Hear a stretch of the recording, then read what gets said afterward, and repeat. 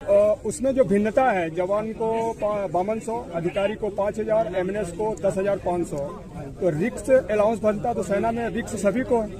वो कब सामान्य होगा सर? अभी आपने जो जय हिंद दोस्तों, मेरे चैनल डिफेंस डिस्कशन में आप सभी का स्वागत है। दोस्तों, एक बड़ा अहम मुद्दा जिसके ऊपर मैंने आपके साथ बातचीत करनी है, ये मुद्दा एमएसपी से जुड़ा हुआ है। एमएसपी की जब भी बात आती है तो कई जो एक्सपर्ट हैं वो बातचीत करने से बचते हैं, इनकार कर देते हैं। खासकर हमारे जो अधिकारी हैं जो तमाम बड़े बड़े टीवी चैनल्स में आते हैं, उनसे बातचीत करता हूं कि आइए एमएसपी पर थोड़ी बातचीत करें, लेकिन सब लोग जो हैं मना कर देते हैं। लेकिन army chief general Upendra Dwivedi sir, उनसे एमएसपी को लेकर जो है एक सवाल पूछा गया, एक पत्रकार ने सवाल पूछा, तो वहां पर सर की तरफ से जो जवाब दिया गया वो एक गोलमोल जवाब दिया गया। दरअसल एमएसपी का जो डिफरेंस है वो बहुत ज़्यादा है। अगर जवान जेसीओ की बात करें तो 5200 के आसपास एमएसपी मिलती है। भाई एमएनएस की बात करें तो 10,800, यानी कि डबल, जवान और जेसीओ से डबल एमएसपी एमएनएस को मिलती है। और 15,500 जो है वो हमारे अफसर जो हैं उनको एमएसपी मिलती है। सवाल इस बात का होता है कि एक कंडीशंस, एक जैसा काम, और फिर मिलिट्री सर्विस पे में इतना डिफरेंस क्यों? और उससे भी बड़ी बात कि अग्निवीर, क्या कोई अग्निवीर, किसी अग्निवीर का कम योगदान है? वो भी तो एक बराबर एक जवान की तरह जो है वो अपना काम कर रहा है, अपनी ड्यूटी कर रहा है, सरहद पर, एलओसी पर, एलएसी पर वो तैनात है, लेकिन उसके लिए एमएसपी नहीं है। जिन्होंने हॉस्पिटल में बैठकर आपका बीपी चेक करना है, सिरिंज लगानी है, उनके लिए एमएसपी है। ये बहुत चौंकाने वाली बात है। और एक जवान जेसीओ से एमएनएस की एमएसपी डबल होना, उससे 5,000 ज़्यादा अफसर की एमएसपी होना, ये बहुत चौंकाता है। तो इसी मुद्दे को लेकर आर्मी चीफ ने क्या कुछ कहा, पहले उनका पूरा वीडियो आप सुन लीजिए। उसके बाद मैंने एक्सपर्ट से बात की है, वो भी हमारी तरह भारतीय वायुसेना से as a warrant officer retired हुए हैं। उनसे मैंने बातचीत की है, उस बातचीत को आप सुनिएगा। लेकिन एमएसपी की मांग को उठाते रहिए, कम से कम हमारे जो सर्विंग सोल्जर हैं उनको तो इसका फायदा हो। हमें तो नहीं मिला, लेकिन उनको तो फायदा हो। क्योंकि जो कल की लड़ाई होने वाली है वो सैनिक सिर्फ बॉर्डर पर नहीं लड़ेगा, ये पूरा देश एक साथ लड़ेगा। इसलिए हम सबको एक साथ उसकी तैयारी करनी पड़ेगी। सर, एक सवाल है पूर्व सैनिकों का। सेना के अंदर एक रिस्क अलाउंस भत्ता दिया जाता है जिसे एमएसपी कहा जाता है, एमएसपी। तो उसमें जो भिन्नता है, जवान को 5200, अधिकारी को 5000, एमएनएस को 10,500। तो रिक्स अलाउंस बनता तो सेना में रिक्स सभी को है। वो कब सामान्य होगा सर? अभी आपने जो सवाल पूछा है उसमें सबसे बड़ी क्या है, क्या तनख्वाह बराबर है? तनख्वाह बराबर नहीं है। तो ये जो 8th पे कमीशन है, जो भी आपकी ऐसी मांग है, जो भी ऐसे सुझाव है, उन सुझावों पर कार्रवाई करेगी। आपको पता है कि सरकार ने अभी 8th पे कमीशन अनाउंस कर दिया है। तो ये जो आपने जैसे बताया है, आप ये सजेशन उनको भेजिए तो उस पर कार्रवाई होगी। सर जय हिंद। अनुपम तिवारी सर, जय हिंद, बहुत बहुत शुक्रिया समय देने के लिए। Thank you sir. शुक्रिया राजेश जी, जय हिंद आपको भी और आपके तमाम दर्शकों को मेरा नमस्कार। जी सर, बस एक मुद्दा और था, क्योंकि आपने एमएसपी को लेकर बातचीत की तो हमारे army chief general Upendra Dwivedi sir Rewa पहुंचे थे, अपने गृह जिले में वो पहुंचे थे।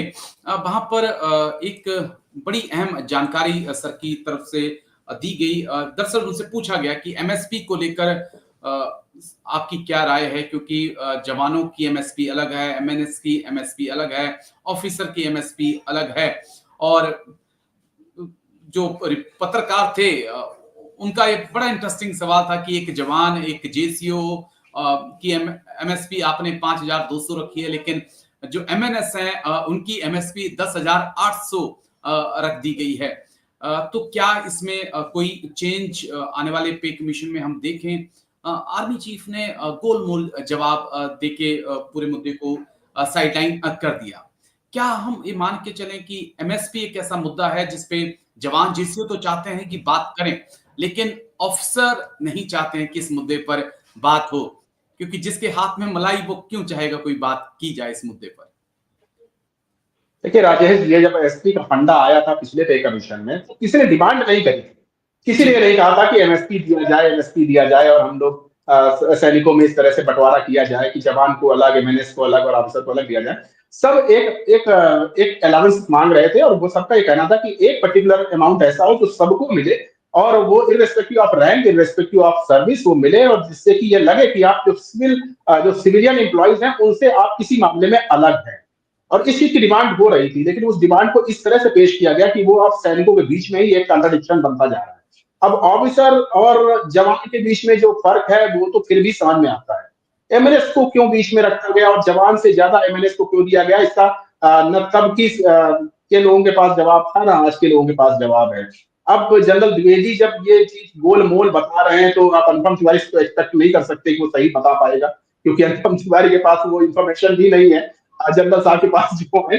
तो मैं यही मानता हूं कि ये गोलमोल जवाब देने का एक इशारा यही है कि इस पे अभी आप बहुत ज्यादा उम्मीदें मत लगाइए। अगर एमएसपी बढ़ेगी भी तो ये दायरा इसी तरह 3 या 4 सेगमेंट पे रहेगा। हो सकता है कि अगर बहुत पॉजिटिव वे में हम देखें तो हो सकता है कि जवान और जेसीओ इनके बीच में भी एक फर्क पैदा किया जाए और जवान से ज्यादा जेसीओ को दे 1000-2000 रुपए कोई बढ़ा दिए जाए उसके।